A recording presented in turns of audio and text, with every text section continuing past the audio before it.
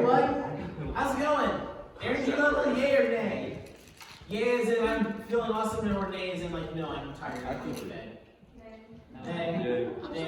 That is a move. That is a move. Jess, you're feeling good? Yeah, he just got first place by running very fast at school. Like, what was it for?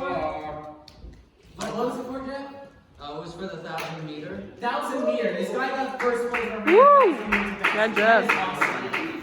Personally, I hate running, and I would never be able to run that fast. Maybe if I can miss myself too, but I hate running. So, I'm gonna ask you a question.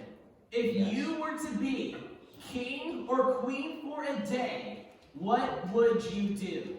Which rules would you want to make or break right away? Do you have a slide for King George? Drink a cup of Awesome. tea. Yes, he wants to be like King George right here. My dog's name. I'm getting my hands dirty. There's a I lot want a small tea. Raise your hand. Let's see what is that. Raise your hand if you have an idea, because I don't want anyone to get one.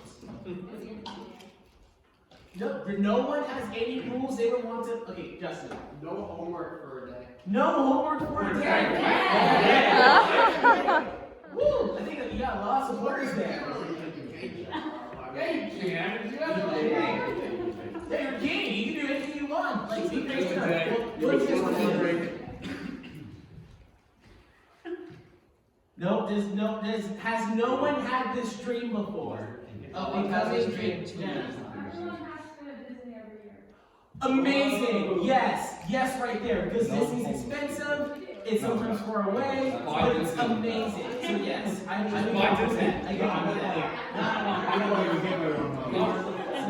Dante, my man, what would you want to do if you were king for a day? Buy all the parks in Florida. Why Florida? What? You want to buy Florida? Why would you want to buy a Florida? Yeah, it has a lot of potential. Over America, Florida would be yours already. Oh. I mean, do you want to do something cool in Florida? Like, do you want to like build something? Like, do you want to build like a statue? Go to the parks. Go to parks? Nice. Okay. So these are good ideas. These are good. Oh yes. Invade Canada. Invade Canada. You can start a war with Canada. Oh. You know, you're right. They've been on our doorstep way too long. And that belongs to us Americans. I like that idea. Okay, so if I were, oh yes, Jeff. I would get rid of every politician, so then they would be forced to keep me in, or else they'd become Oh, that's dictator right here. We got a dictator right here in the making. Jenna. I fear Jeff. Outer space. I like that. Outer space is cool. Yes. Give myself a lot of money. Give yourself a lot of money. With how much money? Like millions and billions and gazillions of dollars? Cool. All good ideas. Let me tell you, if I were king for a day, I would make a day called National Nap Day. And this is unlike any holiday because it happens every Wednesday, every week. And for that whole day, you have nothing to do, you can relax, you can take a nap, no homework, no having to go for your job, and if you do work at a job, you get paid. No kids? To take a break. Okay. Take care of your children. If you have children, please take care of your children, because no, you should never put them on break. I mean, they're never been Yeah, okay. So yeah, the essential stuff like hospitals and gas stations, yeah, that's gonna have to stay. Because we can't really function without those. But yeah, I mean, just take a whole break because we just rush way too quickly through life. Like, everything's busy, like most of the time. So being in charge sounds fun, right? It sounds like really cool. You can do whatever you want. And it may seem, man, this kind of power is pretty dope. But, as you can imagine, this kind of power can lead to problems. For example, Jeff, with his dictatorship vision, I don't think a lot of people are going to be happy with that. United States. Like, look, we love you, and you love you, and your family loves you, but I don't think the rest of the billions of Americans love you that much for you to be a Once they see my vision, they will understand. I see that kind of vision.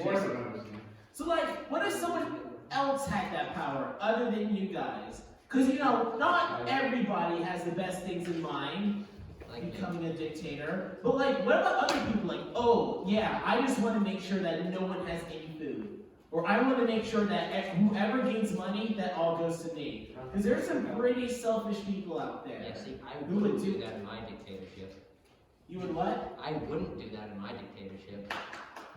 Jeff the Kaiser. I'm sure you would be a benevolent dictator, but some people are still not gonna like you, man. And like, that's the thing. When you do something with your power, not everyone's going to like you. Some people would wish that you have done something else, what they would want to do. And that's the same thing if someone else uses their power to do exactly what they want to do to this country or to the world.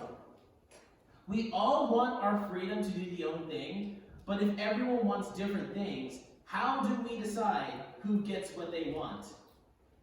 So, can you turn to the next slide? This slide is Lord of the Flies. Now, has anyone heard of Lord of the Flies?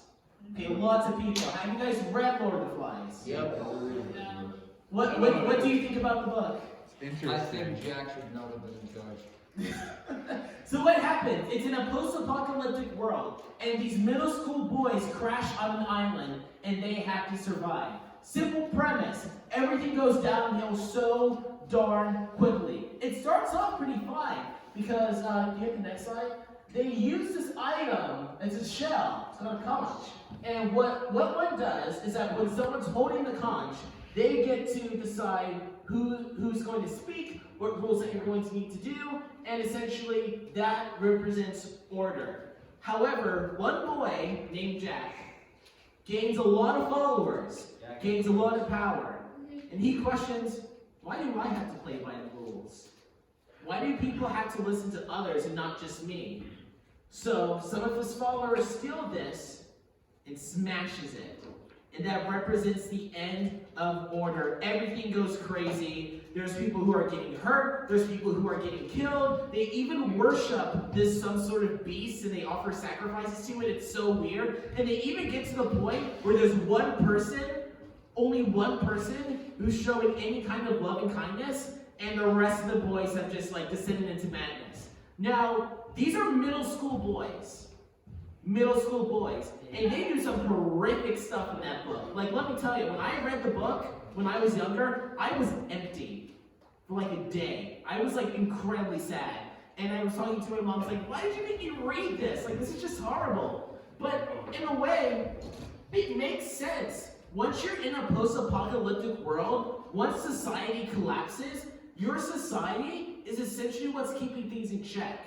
If there were no rules, no laws, Constitution, Bill of Rights, like everything would just like descend into madness. And then essentially, it's whoever comes to power who gets to name exactly what they want. But once more, yes. No, I'm just saying that. Oh, you like Jeff. So like if the post-apocalyptic world came and Jeff ascended into power, he would be a very interesting dictator. Very interesting dictator.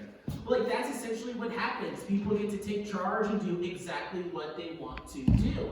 Now, as you can imagine, not the most sane people are going to be taking charge of an entire nation. So things can get bad very quickly, especially when you have opponents who gain their own followers. And let me tell you, if you've ever seen a zombie or post-apocalyptic movie, it never goes well. It never goes well. Because there's no overall structures, no things that are binding people together. There's nothing to make sure that, oh, that's right and that's wrong. You're just doing whatever you want to do. For the last couple of weeks, we've been talking about how there are some rules that we really hate to follow. But at the same time, there are some rules that are incredibly necessary and we need to follow them. For example, as many of you mentioned last week, not killing people is great, not stealing is great. Even though it's not fun, following the speed limit prevents crashes, and so is stopping at the stop sign. Do you like to follow those last two? No, but we do it anyway because, like, car crashes would just increase by the day, by the minute. Okay, so you would not want to live in a world where there are no rules, correct?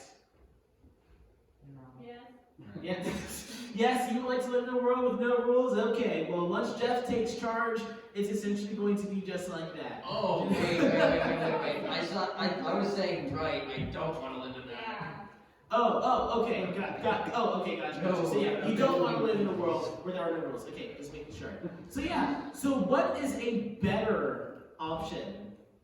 A world that has rules, essentially. But not just any world where any rules can follow. What about a world that's under the direction of God? Also, what we've been talking about for the last couple of weeks is the most important rule that God ever gave us. And although some people think that God needs us to obey a long list of rules, you got the 10 Commandments, you got Paul's letters, oh, rules this, rules that, and some people are like fed up. It's like, wait, why is this religion just focused about following rules?